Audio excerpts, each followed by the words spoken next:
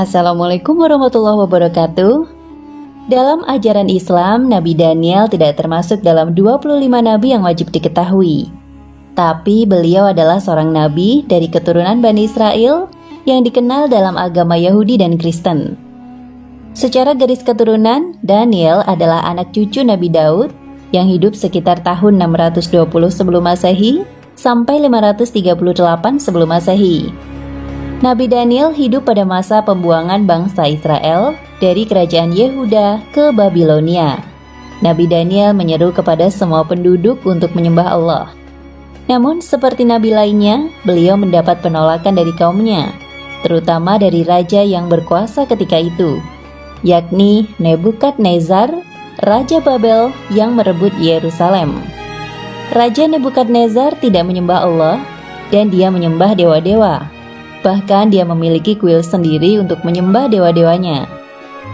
Mengetahui Nabi Daniel menyebarkan agama yang bertentangan dengan kepercayaannya, Raja Nebukadnezar memerintah pasukannya untuk menangkap Daniel dan kemudian membuangnya ke dalam gua berisi singa kelaparan. Namun Allah memberikan mukjizat kepada Nabi Daniel. Singa yang sangat buas dan kelaparan itu justru tunduk kepada Nabi Daniel. Selama beberapa waktu, beliau terdampar bersama kawanan singa buas di dalam gua. Nabi Daniel tetap hidup bersama kawanan singa lapar di dalam gua. Nabi Daniel kemudian ditemukan dalam keadaan hidup, sampai seorang nabi bernama Armia diutus untuk menyelamatkannya. Sayangnya tidak diketahui secara jelas apa yang terjadi setelah itu.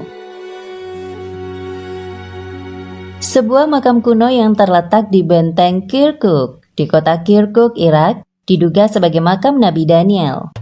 Namun menurut versi rakyat Mesir, peristirahatan terakhir Nabi Daniel terletak di Alexandria, Mesir. Jasad Nabi Daniel ditemukan oleh sahabat Abu Musa al-Ash'ari ketika berjihad melawan bangsa Tartar di daerah Hurmuzan. Jasad Nabi Daniel ditemukan di Baitul Mal Hurmuzan, dan penduduk Hurmuzan menjelaskan bahwa jasad tersebut telah meninggal 300 tahun yang lalu. Akan tetapi jasadnya masih utuh dan tidak membusuk sedikit pun.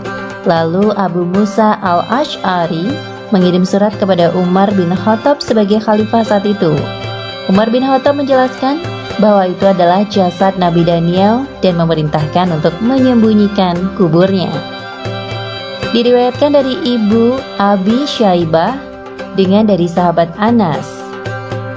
Tatkala mereka, Abu Musa al-Ash'ari, menaklukkan Tustur, mereka menemukan jasad seorang yang hidungnya panjang. Penduduk Hurmuzan beristianah atau meminta bantuan dan meminta hujan dengan perantara jasad tersebut.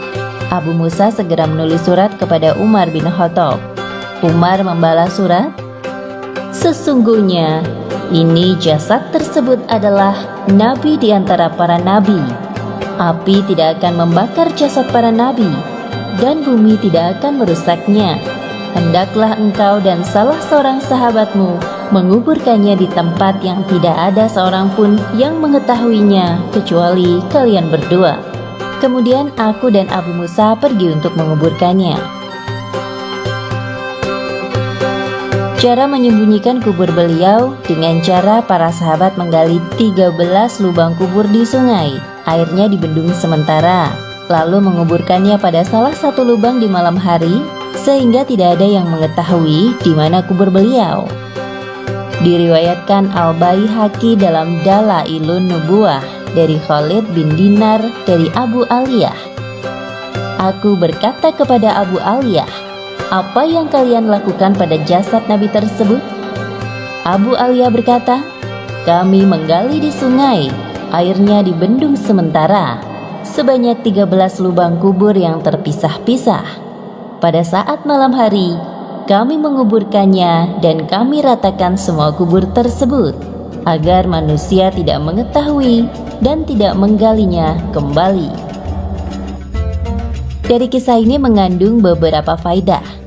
Yang pertama, kuatnya tauhid pada sahabat dan mereka sangat khawatir manusia terjatuh dalam kesyirikan yang merupakan dosa paling besar dan paling dilarang dalam agama. Yang kedua, salah satu sumber kesyirikan adalah ghulu atau berlebih-lebihan terhadap nabi dan orang soleh sehingga akhirnya dikultuskan, dikeramatkan, bahkan dianggap Tuhan. Yang ketiga, para sahabat telah paham bahwa sejarah pertama kesyirikan di muka bumi adalah pada zaman Nabi Nuh. Patung berhala mereka adalah patung orang-orang soleh sebelum mereka, lalu disembah. Yang keempat, para nabi sangat paham bahwa telah banyak kubur nabi yang disembah dan dikultuskan oleh manusia, sehingga mereka mencegahnya. Yang kelima, kuburan bukan tempat ibadah. Ziarah kubur hukumnya sunnah, dengan tujuan mengingat mati dan mendoakan si mayit. Demikian, semoga bermanfaat.